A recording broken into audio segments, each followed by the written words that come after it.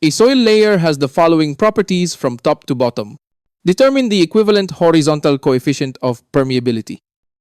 Okay, so bali ito yung ibig sabihin dito, no? May tatlong layers ng soil. So, una, 4 meters yung thickness from the top. Coefficient of permeability is 2.6 times 10 raised to negative 4, then 3 meters, 3.2, and 4.1, 6 meters yung thickness. Inaanap is the coefficient of permeability of the soil, horizontal. So, sa coefficient of permeability horizontal, parang Varinian theorem yung thought. Horizontal permeability times the total thickness equals to KH1 plus KH2 plus KH3. Kasi tatlong thickness lang tayo. Ito yung formula. I-divide natin yung H dito, equivalent coefficient of permeability horizontal is ito. Ang direct substitution lang. K1, H1, A2, H2, A3, H3.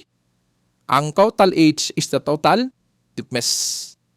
Okay, substitute, you have here 0.0078484.